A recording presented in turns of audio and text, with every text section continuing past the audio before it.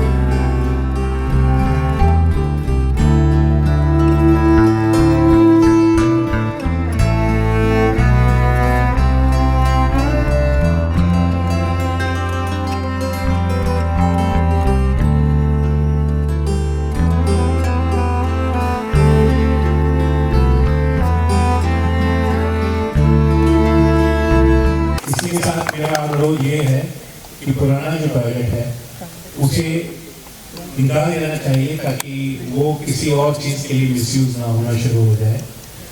क्योंकि अक्सर ऐसा होता है पब्लिक प्लेसेस में, जब भी कोई जगह जिसका इस्तेमाल नहीं होता है तो उसका दुरुपयोग होना शुरू होता है। तो मैं ये गुजारिश करूँगा कि उसका भी जल्दी ही वो करें। मैडम, आपको मैं याद दिलाना चाहूँगा, हमने जब यहाँ पर नारियल फोड़ा तो आपसे रिक्वेस्ट की थी कि पानी की कोई सुविधा नहीं है।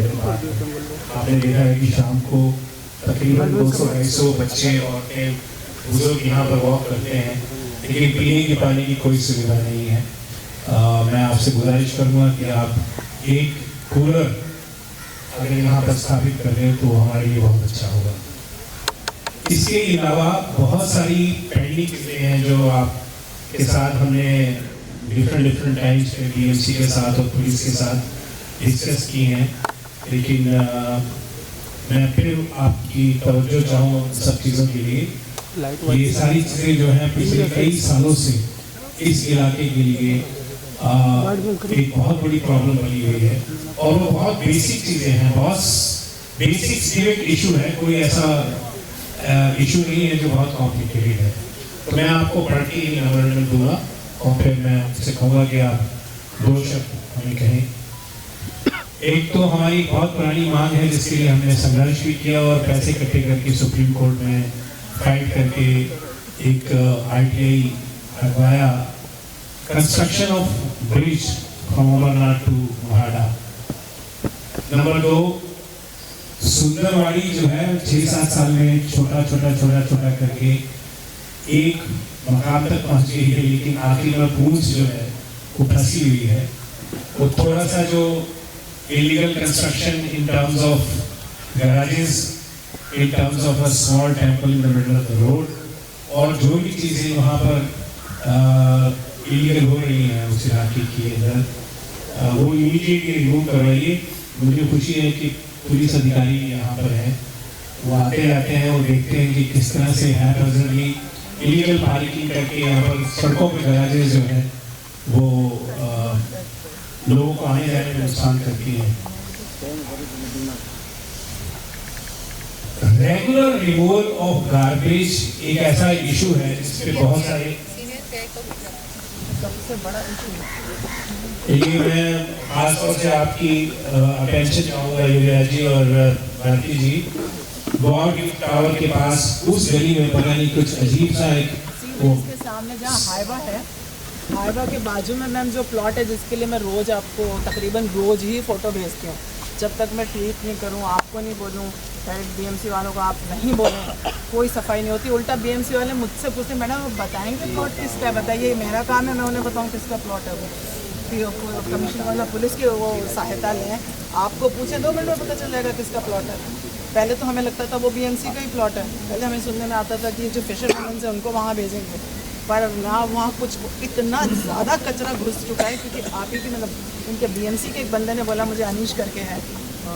ये है कि बीएमसी का काम है, ये रूटीन का काम है, इसके लिए हमें यानी सिटीजन्स को रोज सुबह एमएलए को परेशान करने की जरूरत नहीं है या उनको जगाने की जरूरत नहीं है। ये उनका रोज का काम है कि गार्बेज क्लीनिंग होनी चाहिए और ये रूटीन में होना चाहिए। और ना सिर्फ ये आप वाले इलाके में तो बहुत ज़्यादा है, इस सड़क पर भी अगर आप देखें तो पीछे 2 महीने से जहाँ जो कचरा पड़ा हुआ है वो मुझे समझ नहीं आता कि कभी 100% होता तो 40 हटा देते हैं, 60 छोड़ देते हैं, फिर 60 में से 30 छोड़ देते हैं, 30 ले जाते हैं। तो ये मुझे समझ नहीं आता कि क्या एग्जैक्टली इसके पीछे लॉजिक है। सो प्लीज़ हमारी रिक्वेस्ट है कि आप बीएमसी वार्ड ऑफिसर को इसके लिए ज़रूर याद दिलाएं। दूसरा, मैं अभी आपसे बात की और आपको बताया कि यहाँ पे ये गंदगी की सॉर्टिंग होती है कि ये इमीडिएटली यहाँ से रिमूव किया जाए और ये जो लोग जो कर रहे हैं in the guys of contractor, इनके ऊपर पुलिस कार्रवाई होनी चाहिए। और इसके पीछे कोई भी व्यक्ति है, चाहे वो पॉलिटिकल है या कोई है, उनके खिलाफ कार्रवाई चाहते हैं। एक लाइट मैस्क आपने लगाया था, उसकी आपकी जो है वो हमेशा प्रॉब्लम रहती है। योजना जी प्लीज़ मैं आपसे रिक्वेस्ट करूँगा कि आप उनको कहें कि वो रेगुलरली उसको चेक करते हैं ताकि लोगों को नुकसान ना हो।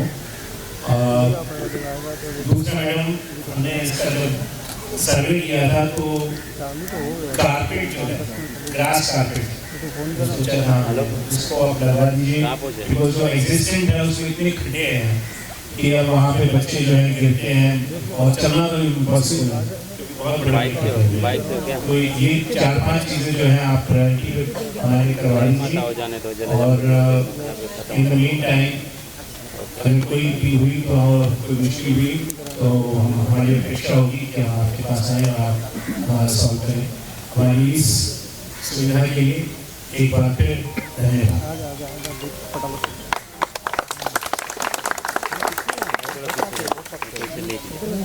धन्यवाद शशि जी।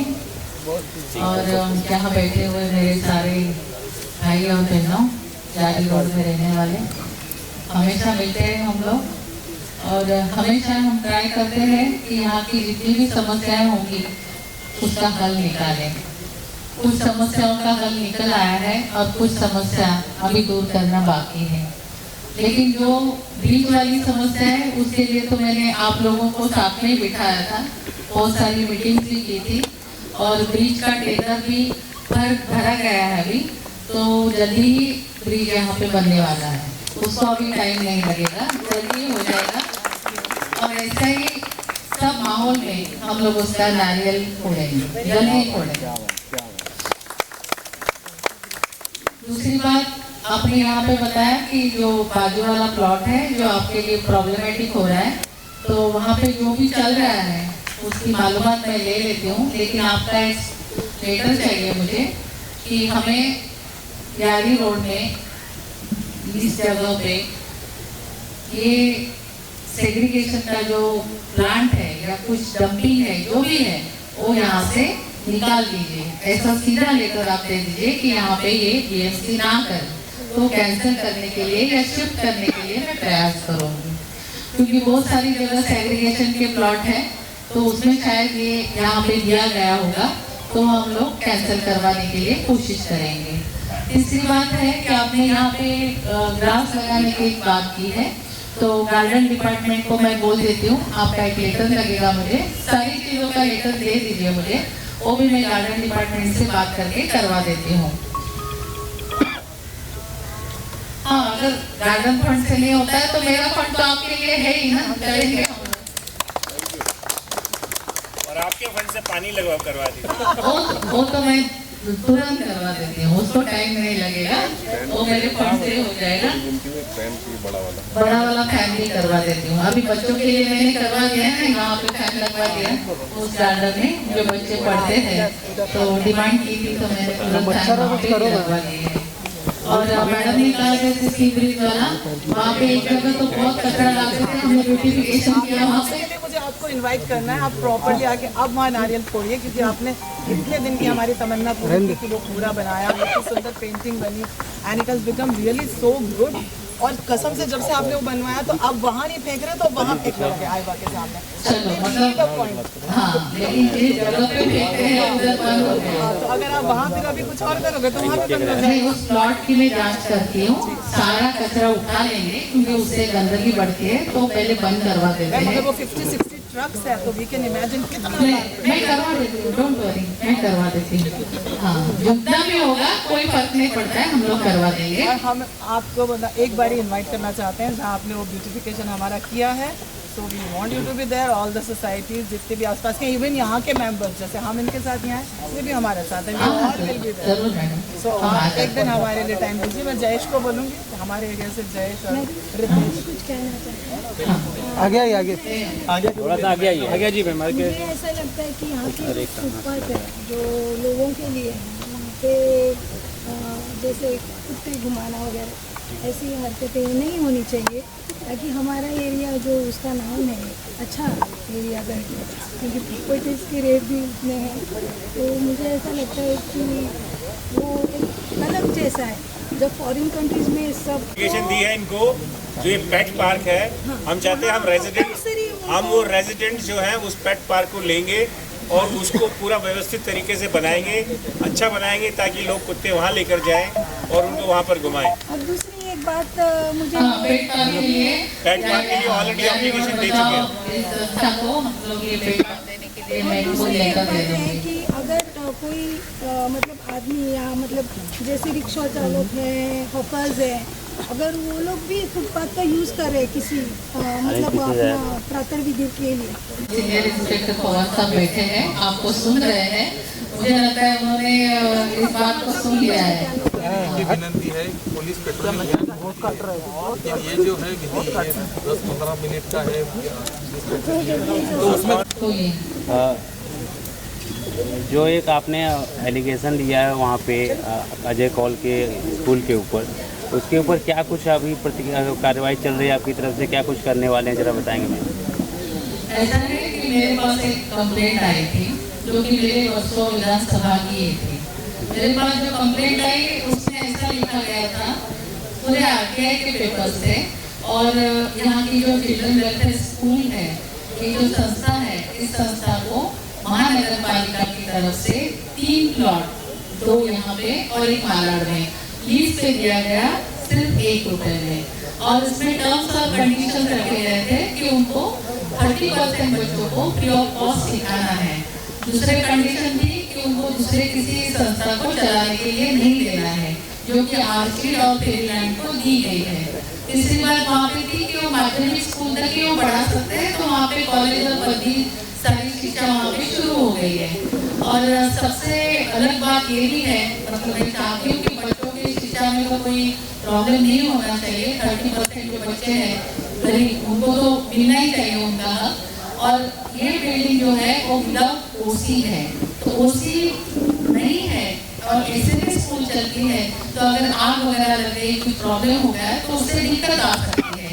इसलिए वो जो वायलेशन हुआ है उसके तहत जो कंप्लेंट आई वो मैंने फॉरवर्ड कर दी थी, और उसमें जो भी दिक्कतें हैं, मतलब अभी इंस्पेक्शन हुआ, महापालिका में मीटिंग हुई, तो उसमें सामने आ रहा है सारी चीजें। और एक मुझे लगता है जो हो गया है उसके लिए एफआईआर भी शायद दर्ज हो चुकी है, दर्ज हो चुकी है, तो इसके लिए सारी चीजें सामने धीरे धीरे आ जाएंगी। लेकिन मैं ये कहना चाहूँगी आपके माध्यम से कि कुछ लोग ऐसा रूमर्स बना रहे हैं या तो फिर लोगों को झूठ बोल रहे हैं कि मैं स्कूल बंद कर रही हूँ, लेकिन स्कूल बंद नहीं होगी, स्कूल चलती रहेगी और हमेशा चलती रहेगी। ये बात प्लीज सब आपके माध्यम से आप सबको बता दीजिए, इसलिए कि बच्चों का नुकसान नहीं होना चाहिए। और एक लोक प्रतिनिधि के नाते मैं इतना ही चाहती हूँ कि जो बच्चे हैं उनको अपना हक मिलना चाहिए, जो कि गरीब बच्चे हैं।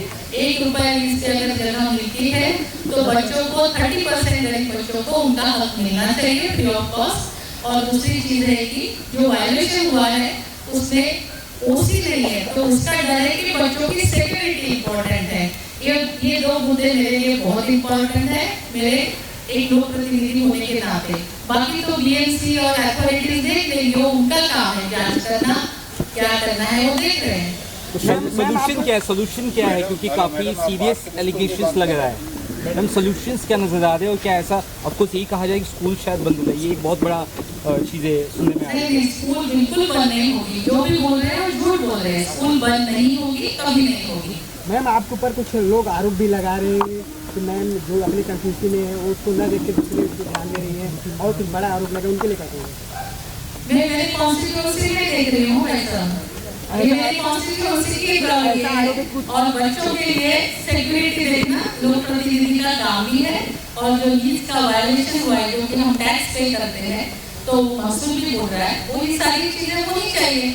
कार्रवाई होने के लिए या करने के लिए बीएमसी सक्षम है और बच्चों की सिक्योरिटी और उनको 3% फ्री ऑफ कॉस्ट शिक्षा देना जरूरी है। तमाम स्कूल की बात कर रहे हैं, ओसी उनको नहीं, OCCWC उनको है, उनको भी नहीं, उनको भी नहीं। हाँ, कई जगहों पे बच्चों की सेफ्टी नहीं है। हाँ, सेफ्टी नहीं है। जैसे आपने बोला कि आग लग जाए हाँ, तो बच्चे क्या करेंगे? हाँ, तो इसीलिए मैं एक लोक प्रतिनिधि ने मुद्दा उठाया क्योंकि बच्चों की सिक्योरिटी चालू कैसे किया स्कूल? ये तो हमें बीएमसी को ही पूछना पड़ेगा क्योंकि ये गलती उन्हीं की है कि उन्होंने देखा नहीं। मैडम उन्होंने हाल ही में एक प्रेस कॉन्फ्रेंस में तमाम उन्होंने डॉक्यूमेंट्स दिखाए कि हमारा सब लीगली रूप से हम पिछले कई साल से काम कर रहे हैं, अचानक से हमारे ऊपर इस तरह से एलिगेशन लिया जाता है। तो उसको लेके क्या कुछ प्रतिक्रिया है आपकी? प्लस उन्होंने कहा कि हमारे सपोर्ट में पूरा वर्सोवा है, वर्सोवा की जनता हमारे साथ खड़ी है और बड़े सारे पॉलिटिकल लोग भी विजिट कर रहे हैं वहाँ पे। तो क्या कुछ एजेंडा है पॉलिटिकल इशू के? देखिए, जो भी सबूत होंगे उनके पास उन्होंने वो जरूर दिखाया हो, लेकिन आरटीआई से जो सबूत निकले हैं उसके ऊपर हम ध्यान देते हैं तो बहुत सारे सबूत ऐसे हैं कि उसका वायलेशन निकला है, नहीं तो एफआईआर नहीं होगी। क्योंकि लगभग 14,000 स्क्वायर फीट का अनऑथराइज निकला है, उसकी एफआईआर हो चुकी है। और बाकी जो वायलेशन मैं आपको बता रही हूँ तो मतलब इट्स सीरियस, तो इसके बारे में हम लोगों को भी सोचना चाहिए। सेफ्टी के बारे में जैसे भाई साहब ने बोला, सेफ्टी इज इम्पोर्टेंट और गरीब बच्चों का हक भी बहुत इम्पोर्टेंट है, ऐसा मुझे लगता है। बाकी इसमें राजनीति नहीं लानी चाहिए, ये तो सामाजिक मुद्दा है और लार्ज पब्लिक इंटरेस्ट का मुद्दा है। इसलिए मैं एक लोक प्रतिनिधि के नाते बोल रही हूँ, अगर ऐसे मुद्दे मैं नहीं उठाऊंगी, उसका हल नहीं ढूंढूंगी तो लोक प्रतिनिधि बनने का कोई फायदा ही नहीं है। और हमारे जो नेता है मोदी जी, उनके रास्ते पे हम चल रहे हैं, ना खाएंगे ना खाने देंगे। अजय कौल जी ने कहा है कि 2020 तक आपने भी उनके साथ, बाटी लड़के ने भी उनके साथ मंच साझा किया है। अब उसके बाद से क्या कुछ हो गया, किस तरह की वो हमारे ऊपर एलिगेशन ले रहे हैं, पता नहीं। नहीं, अगर कोई भी स्कूल होती थी पूरे मुंबई में, महाराष्ट्र में, किसी भी स्कूल में ऐसा होता है तो हम लोग लोक प्रतिनिधि के नाते इसको उठाते ही हैं, क्योंकि सिर्फ उनकी स्कूल है ऐसा नहीं है, उनके बारे में पर्सनल लेवल पर ऐसा कुछ नहीं है। अगर किसी से गलती होती है या जानबूझकर होती है या तो अनदेखा होता है तो गलती कानून के सामने सब समान है। तो मुझे लगता है कि जो हुआ है वो कानूनी कार्रवाई के तौर पर होगा और यहाँ पे राजनीति प्लीज मत लेके आएगी। मैम कहा जा रहा है आपने बैठक लिया और बैठक के बाद आपको आपने दबाव डाला, उसको देखकर तेज कार्य हुआ, ऐसा कहना जय सर का। और इस मामले में मुंबई अध्यक्ष बीजेपी को उनको भी लेटर लिखा गया है। अच्छी बातें लिखे गए हैं वो तो, क्योंकि ये सारी चीजें सबके सामने आनी भी जरूरी है। लेकिन अगर कहीं पर भी ऐसा होता है, कोई भी स्कूल में होता है, तो हम लोग मुद्दा उठाएंगे, ये हमारा कर्तव्य है। इसमें राजनीति लानी नहीं चाहिए, ऐसा फिर से मैं बोल रही हूँ। मैडम, अगर इन्होंने इलीगल चालू किया है तो आपने बोला आई थिंक ये मुद्दा कहीं और चला गया। मुद्दा जो था वो बेसिकली हमारे इलाके की समस्याओं का, लेकिन चूंकि वो मौका मिल गया तो उन्होंने अपने हाथ साफ कर लिए। अच्छा हुआ। मैं दिल से आपका धन्यवाद देता हूँ। और मैं पवार साहब से एक और रिक्वेस्ट कर रहा हूँ। पवार साहब, ये डेड एंड जो है यहाँ पे दोनों साइड पे पार्किंग होती है सर, और शाम के वक्त अभी आप देखेंगे तो निकलना मुश्किल होता है, और अक्सर रात को लड़के लड़कियां बैठ के ये डेड एंड है। तो प्लीज यहाँ पे नो पार्किंग एक साइड पे करवा दीजिए। जगह पार्किंग के लिए बहुत है, लेकिन लोग इतने सुस्त हैं कि बजाय उस साइड जाके पार्क करें, सड़क पे डबल डबल पार्क करें। तो प्लीज एक साइड पे आप नो पार्किंग करवा दीजिए दोनों साइड, ताकि थोड़ा सा व्यवस्था बन सके। और एक प्लीज आपकी जो वैन आती है यहाँ पे, उनको कहें कि जरा डिफरेंट टाइम पे चक्कर डालें, बिकॉज ये हमारे जो वाइन शॉप है इस पे लोग इकट्ठा होकर शराब लेते हैं और फिर यहाँ आके पीते हैं, और फिर बोतल फोड़ के और तरह की चीज़ें, आजकल मोबाइल के ऊपर फोटो खींचना, ये इस तरह की चीज़ें बहुत होती हैं यहाँ पे। प्लीज़, और लेडीज़ और बच्चों के लिए रात को बहुत निकलना मुश्किल है रोड से रात को वाइन शॉप के आसपास से। तो एक जरा थोड़ा सा आप इनको भी, वाइन शॉप वालों को भी आगाह कीजिए कि आप पब्लिक न्यूसेंस नहीं क्रिएट कर सकते हैं just because you have a shop. Thank you, thank you, thank you. मच्छर लगेंगे नहीं, वो भी इस दुनिया में रहते हैं।